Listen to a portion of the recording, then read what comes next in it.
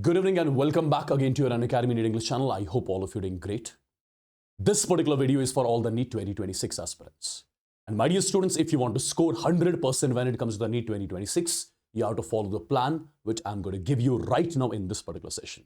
So watch this session till the end if you want to score 100% when it comes to the NEET 2026 examination. My dear students, knowing that there are almost like 60 days left for the NEET 2026 examination, how you are going to utilize these 60 days. First thing which you have to keep in your mind, what is that?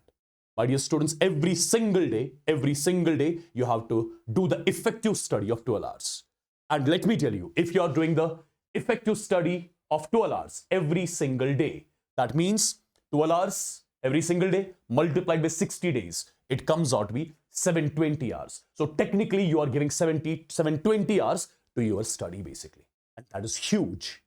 Now the point is, how you are going to break these 12 hours every single day. How you are going to break these 12 hours. What you have to do in the 12 hours every single day. That's something which I'm going to talk about one by one over here. My dear students, first of all, in the 12 hours, you have to take care of few things. Every single day, you have to take care of few things. Number one, you have to take care of the backlog chapters. You have to take care of the backlog chapters, the chapters which you have not done yet. You have to take care of their theory. You have to take care of the questions of the backlog chapters. You have to take care of the revision of the theory which you have already covered. You have to take care of the NCERT revision, right? Of those chapters which you have already covered. You have to take care of the question revision of those questions which you have already done. You have to take care of test analysis. You have to take care of your skills and analyze your weaknesses and convert those weaknesses into your strengths. Now, how do we further break it? Let's have a look on certain things one by one.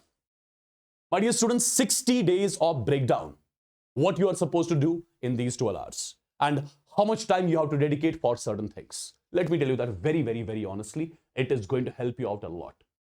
First of all, every single day, you are going to give 2 hours for the theory, for the lectures of the backlog chapters which you have not covered yet. And you are supposed to watch that theory at 1.5x or 2x speed. Number one.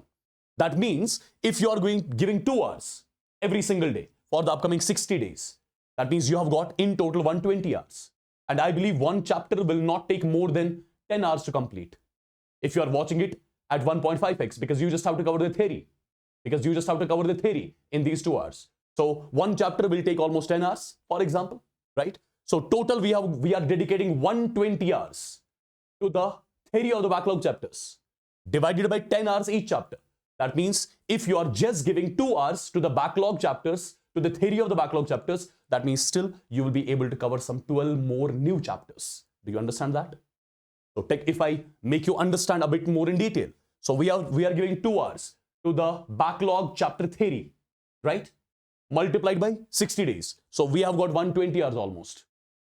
We have got 120 hours to cover the theory of the backlog chapters. If one chapter takes 10 hours to complete, only its theory I mean. So technically you are doing some 12 new chapters for the upcoming 12 days. And there will be a lot of students who would not require 10 hours for one chapter. They would require only 5 hours. If they are watching at 1.5, 2x speed, depending on their efficiency. That means accordingly you can cover some. If you take only 5 hours to complete a chapter, its theoretical part, that means you'll be completing some 24 new chapters, right? Looks amazing. Now, my dear students, 2 hours you are dedicating for the theory and the lectures of the backlog chapters.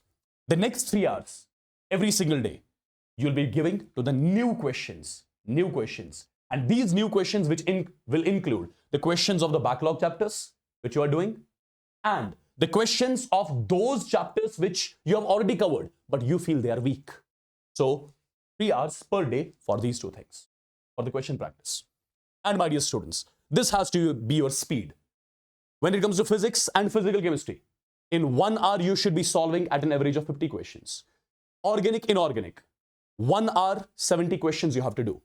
That's called as effective study. In biology, 100 questions per hour you have to do. You have to keep these 3 things into your mind. If you want to improvise your accuracy, your speed, right? So technically you are giving 3 hours to the question practice.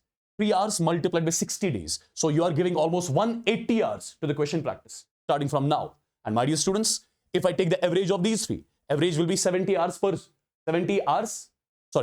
questions per hour. So on an average, in 1 hour, you are solving 70 questions. And my dear students, 70 questions multiplied by 180 hours. That means you are solving some 12,600 new questions, my dear students. It's not a joke. If you are just giving 3 hours per day, every single day, right, from now on, you are solving some 12,600 questions if you start now. Okay, but you have to keep in mind, this has to be your speed of solving, right? Now, 1 hour every single day, you are going to dedicate for your short notes and the highlighted concepts. Perfect. 2 hours you have to give for NCERT reading of those chapters which you have already covered, as well as the questions from NCERT. Now the remaining 4 hours, I'm going to bifurcate into 2 parts. In the first 35 days, starting from today, in the first 35 days, what you are going to do in these 4 hours? You are going to revise the questions which you have already covered, which are already done. That means 4 hours on an average of 60 questions per hour, right? You are solving some 240 questions.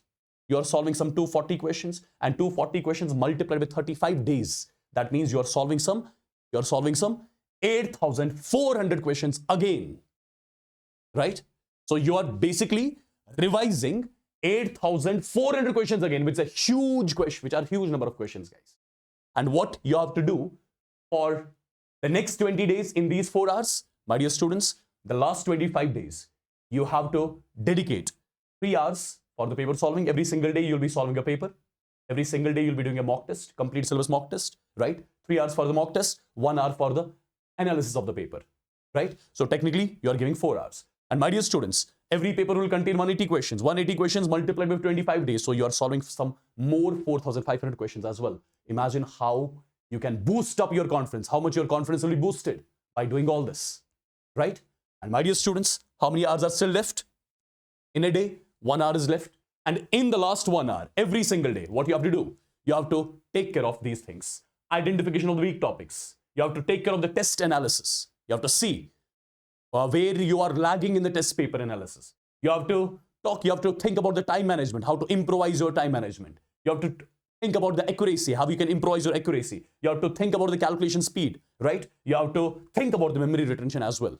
And I'm telling you, if you are going to do this for the upcoming 60 days, my dear students, nobody is going to stop you in order to wear that white coat for sure, right? But make sure you do this for the upcoming 60 days. If I quickly recap it, this is the quick recap of the things.